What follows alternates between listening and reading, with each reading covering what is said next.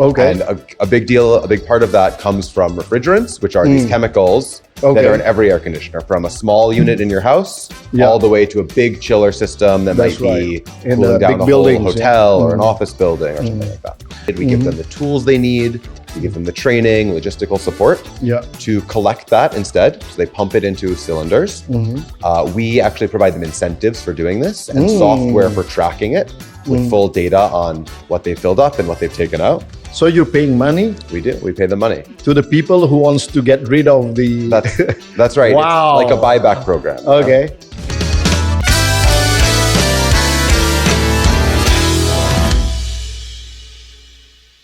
Bismillahirrahmanirrahim. Assalamualaikum warahmatullahi wabarakatuh. Yes, the carbonizers, carbon activists, carbon friends all over the world. Welcome back to another episode of Carbon Forum with me, Poempida Hidayatulloh as the host. And we're going to discuss a lot of things related to refrigerant management. Well, sounds quite familiar, isn't it? Because refrigerants, if you use it unwisely, you can actually destroy the ozone that we need to sort of maintain. And with us, we already have a very interesting guest, and he's the CEO of RECOOLIT. RECOOLIT sounds like a product of refrigerant, but it is not. It is actually a platform to manage the use of refrigerant. Welcome, Mr. Louise Potok. Hi. Thank you so much for having me on. No, I mean, it's a pleasure. Yeah, and thanks for being here. And we're very interested in actually discussing about what you do with the platform. And can you tell me a little bit more about your platform, what it is, and what sort of thing that you do over there? Yeah, maybe it's best to start a little bit further back with just air conditioners and refrigeration generally. Okay, right? Go ahead. Just to set the stage. Yeah, sure. Refrigerants are a little bit of a complicated and precise topic, and there's not a lot of knowledge. Yeah. So obviously air conditioners are very important here in Indonesia and all across the world. We're a hot country. Very hot country. Being able to keep food fresh at long distances, bringing fish back from distant islands, the cold chain, distribution of vaccines. Take care of the cats, No, I mean, some cats, they need aircon. Otherwise, they will lose all the furs and all. Your cats need aircon and fresh fish. and it's helping. Yeah. And so this is wonderful, right? It's good, but air conditioners have a strong environmental impact. Okay. And a big part of that comes from refrigerants, which are these chemicals that are in every air conditioner, from a small unit in your house all the way to a big chiller system that might be cooling down a whole hotel or an office building or something like that. And refrigerant, I think, has been kind of ignored as an issue for a long time. So, typically if you're let's say the building management team and you're managing your chiller system or your network of VRFs or something like that, you worry about how much energy the system is using and the performance and how cold it's getting, because people complain if it's not cold enough. And the refrigerant is just a little bit, if it leaks, you fill it back up, and sometimes you just open up the valve and dump it out and refill it to make sure that it doesn't get contaminated or dirty. And it's just sort of a second or third priority always. But we're trying to change that, because actually refrigerants are a really huge contributor to climate change here in Indonesia. And we are basically helping the industry learn about refrigerants, learn about how to use these refrigerants in a way that is still sustainable.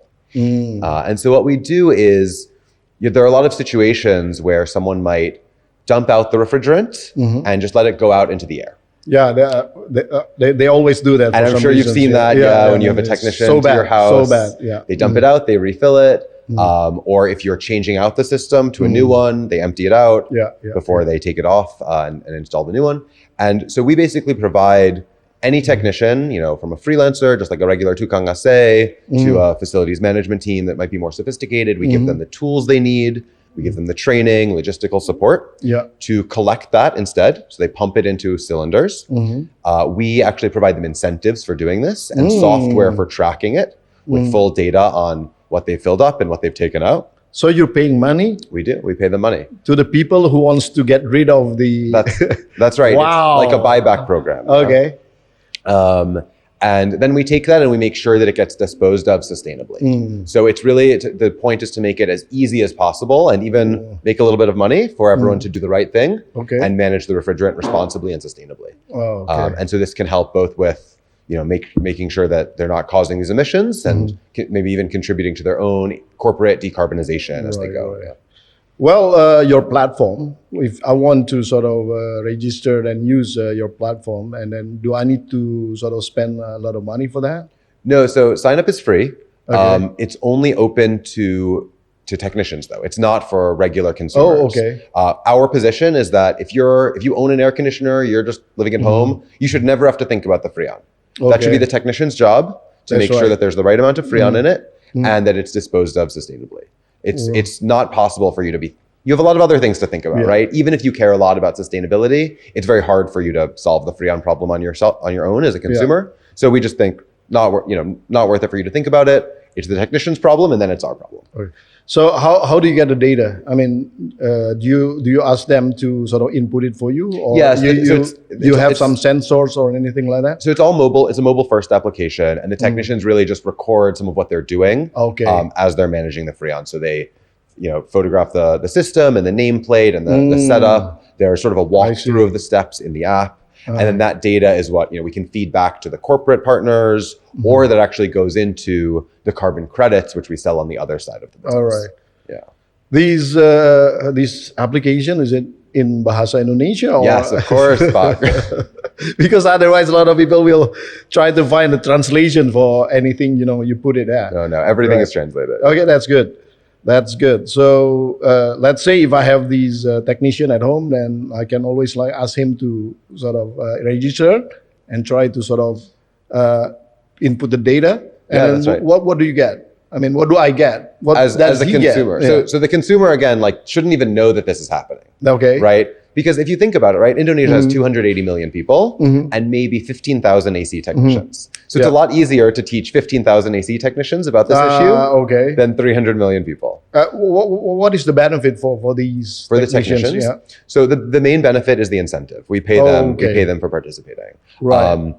But also, especially for a technician that is working for, let's say, a large building or a multinational company, their customers are happy when they do the sustainable thing. So we actually provide them with a kind of dashboard and a certificate that they can then go show to their own customer, proof of sustainable disposal.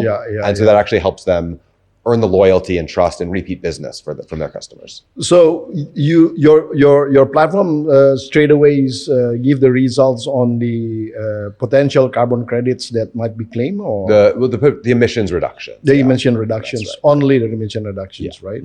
And then what else? Like for example, the electricity consumption also. No, so we're not working on electricity consumption at the moment. That's kind of a separate problem. So only the emission reduction. That's right. Okay, sounds very good. And it's interesting because if you look at multinational companies and how they measure their emissions for emissions reporting and their sustainability reports, they usually don't measure the refrigerant at all. And even when they do, usually they just kind of make it up, or they use like a default factor or something. But when they get smarter about measuring it, they see that it's a huge source of emissions. I see. So we actually help them be kind of innovative in how they think about it when they use this approach. Well, you're a New Yorker, That's right. I heard. What made you come to Indonesia all the way from New York just to do these things? Because there's so much Freon here. No, so Indonesia. Is that right? I mean, Indonesia not the only country that has problem with Freon, right? No, of course. And to be fair, even in the U.S., this is a problem as well. In the U.S., there's a little bit more of an ecosystem, more awareness. So there's the problem is being solved a little bit faster in the U.S. But so if we kind of zoom out, right? Right now, the refrigerants that are in use are called HFCs, and they are the newest ones. And these are the ones that cause the damage to climate change, that have high global warming potential, or GWP. There's a treaty through the United Nations where every country has agreed to stop using HFCs over time. And so in the US and in Europe and Australia, they'll have to stop using it very quickly, like over the next maybe 5-10 years. In Indonesia and other countries like Indonesia, they actually have another 35 years to do this. Right. Or it's actually 25 years now. It was 35 when they signed it. So they have until 2050 to stop using it. So there's a much longer time when these emissions will be happening. more of an opportunity to have impact by promoting proper refrigerant management and less, we're starting from a place where there's not as much, it's not as sophisticated, right? There's more opportunity to improve things. Do you think if our association, ASXI, wants to sort of lobby the government to implement a policy that prohibits this thing like within the next 5 years or something, do you think it's going to favor your business or otherwise? It's already prohibited. It is already prohibited. It's already prohibited to emit refrigerants into the air. It's considered limbah B3, hazardous waste. But the problem is that unlike other hazardous waste, refrigerant is invisible. It disappears right away. There's no way to see who is no tracing, right? So even in the US, they almost never catch anyone doing this, even though it's quite common. Unless you caught them in the act, right? Right, exactly. And that's very rare. And so if you go online, you can see technicians talking to each other in like a Facebook group. And they say like, my boss told me to vent the Freon. I know it's not legal, but should I do it? So it's very funny, but it's also a big problem. Where Indonesia has, regulators who are thinking about this. There's a national ozone unit that focuses on refrigerant emissions, and they've done some great work. They're working to get HFCs included in Indonesia's nationally determined contributions, NDCs, under the Paris Agreement. So that will help. That'll kind of emphasize and bring more attention to it. I think there are some regulations that exist in other countries that Indonesia maybe could adopt that would be helpful, which would require, if you own a large system like a chiller, or you have a grocery store with a lot of refrigeration, you might have to report to the government every year how much Freon you filled up, how much leaked out. And so there is really where a solution like ours would really shine, would really be helpful, because otherwise you have no way of knowing if you're not tracking it every day. Right. So the regulation is there. So yes, ASXI should definitely do this. Should definitely do some lobbying. I'm just trying to sort of business. Make a conversation, that's all. But I know it is there already, but it's just a matter on sort of overseeing it, right? I mean, it's always the problem here. That's right. And anyway, would you like to sort of address a few things to the audience of Carbon Forums related to the importance of using the right refrigerants, please, by all means? Oh, well, I guess what talking to the carbon, so first of all, broadly speaking, yes, if you own or operate any buildings, you should have a refrigerant management program. You should insist that your contractors, your facilities team, are reporting on how much refrigerant is used, and you should partner with Recool It to help you measure it and reduce those emissions, first thing. But in terms of the Carbon Forum, I think one thing we haven't addressed yet is the role of carbon credits with refrigerants, right? Oh, yes, correct. So, right, so I mean, I think probably your audience has heard a lot about carbon credits. They know quite a lot already, and they've seen the way the market is developing, right? For increased traceability and accountability and transparency and digital monitoring and verification. And refrigerants are really a unique type of carbon credit. And I think actually, because the emissions reduction is very clear, right? It was emitted yesterday, and then it was disposed sustainably today, and that's the difference, and we measured it, and it's all a very closed system. There's no land use questions. It's just very clean and simple. And because we're tracking it on our platform, we have actually some of the best digital traceability for any carbon credit in the whole world. And so I think, as the market continues to evolve, I think refrigerants have a role to play in the carbon market. It's a little bit smaller than forestry, of course, but it can be kind of an example of what a great credit looks like that can, help bring more investment into the sector, attention into the sector, because, it's very easy to criticize some other projects. But with refrigerants, it's like, this is really hard to attack. It's very clearly good. And I think we can be kind of the poster boy for the whole sector. So that's, I think that, sometimes carbon credits forget about us, but they should keep us in mind. Sounds very interesting. And one more thing is actually, how do you actually convince the government or other, people that needs to see whether this is a genuine sort of things that you do? Like, for example, the integrity of the data. Are you using some kind of technology that actually create certain integrity to the data? Yeah, so we are, right now, I mean, really the approach is just full openness. So any data that's collected on the platform, from photos of the job site, who was the technician who collected it with a KTP, really They can see every step of the process. They can see the measurements along the way, how much, the weight of the cylinder, the lab test results of what is in the container, the destruction report with the, destruction efficiency, like how much is destroyed. So they can see all that. There's room for a little bit more sophistication, of course, new technological approaches, but it's not really necessary at this point. Like, for example, are you planning to use blockchains or whatever? We are not. We are not.